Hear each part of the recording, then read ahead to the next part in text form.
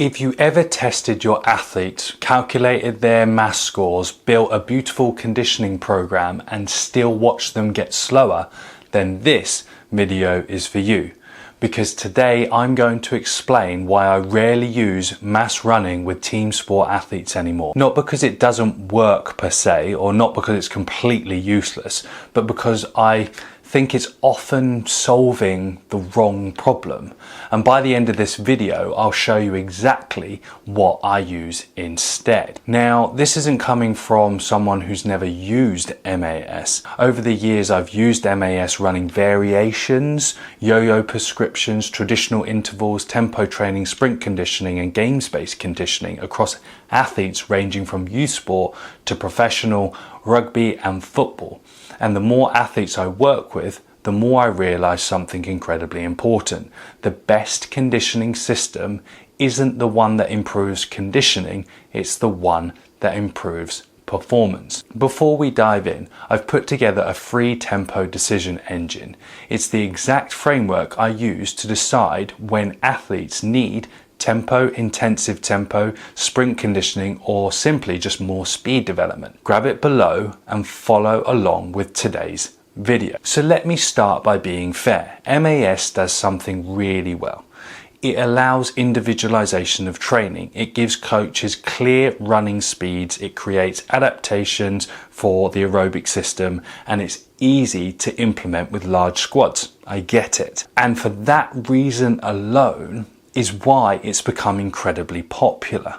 The problem isn't MAS. The problem, it's what MAS doesn't do. So the most fundamental issue with MAS that most programs are built around average speed. But sport isn't played at average speed. Think about rugby, think about football, think about hockey. The game is a series of accelerations and decelerations, high speed efforts and changes of direction, repeated explosive actions. Sport is built around spikes, not average. And I think that is where MAS begins to fall short.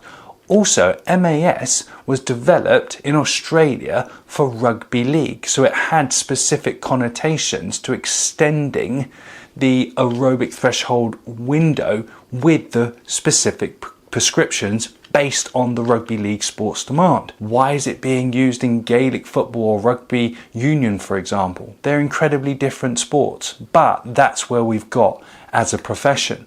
So let me take you through this example. Let's look at two athletes. Athlete A, their MAS score is 4.5 meters per second. Their top speed is 8.5 meters per second. And then we've got athlete B. Their MAS is 4.5 meters per second with a top speed of 10.5 meters per second. According to MAS, they are identical. Same conditioning prescription, same running speed, same program. But are they actually the same athlete? Not even close. One has a huge speed reserve, the other doesn't.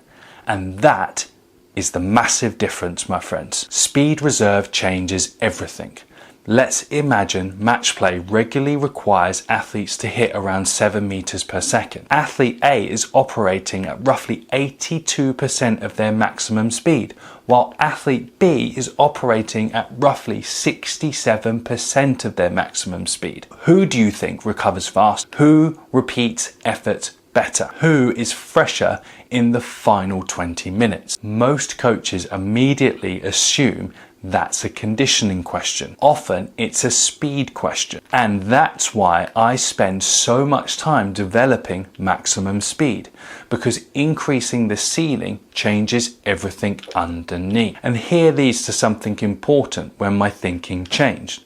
The turning point for me came when I started looking at speed reserve rather than just conditioning scores. I realized many athletes weren't struggling because they lacked fitness, they were struggling because they lacked speed.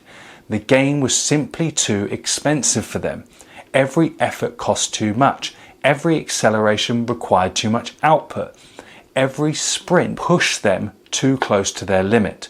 No amount of MAS intervals was fixing this. This is where tempo comes in instead. Tempo allows me to build aerobic qualities, improve recovery, increase work capacity, build tissue tolerance, support movement quality without constantly pushing adaptations towards average running speed. So remember, the goal isn't to become really good at running 4.5 meters per second.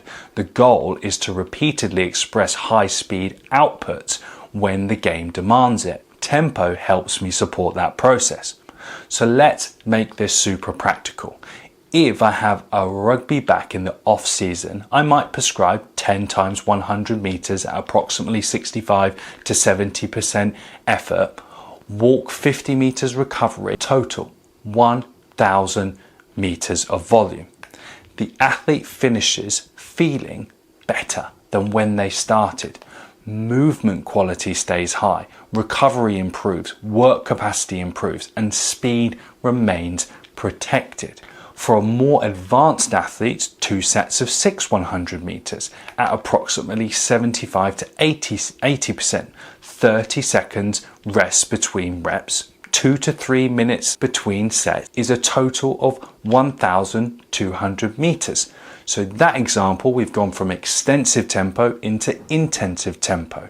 The first will help us build capacity, and now we're building greater repeatability whilst respecting movement quality. We support speed, we never compete with it. So the question isn't what percentage of MAS should I run?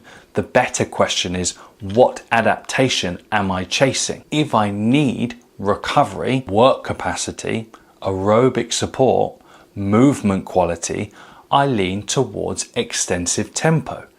If I need acceleration, maximum velocity, speed development, I sprint. If I need repeated sprintability and game-specific conditioning, late stage preparation, I might use intensive tempo or sprint endurance training.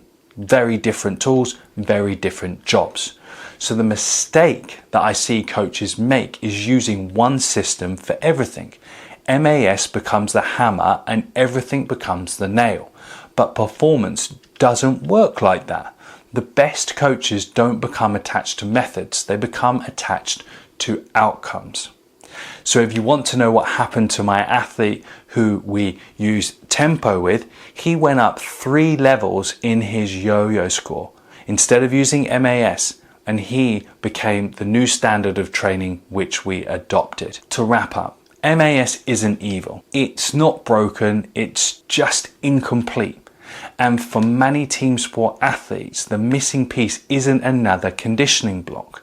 It's understanding how conditioning interacts with speed, because the goal isn't creating athletes who can run forever. The goal is creating athletes who can stay fast for longer. And those are 2 very different things. If you've enjoyed this video, make sure you download the Tempo Decision Engine below and let me know what you think in the comments. Are you still using MAS with your athletes, or have you moved towards a more speed focused approach? And if you want to know how I can sneak extra conditioning into my athletes, then make sure you stay tuned and watch the next video.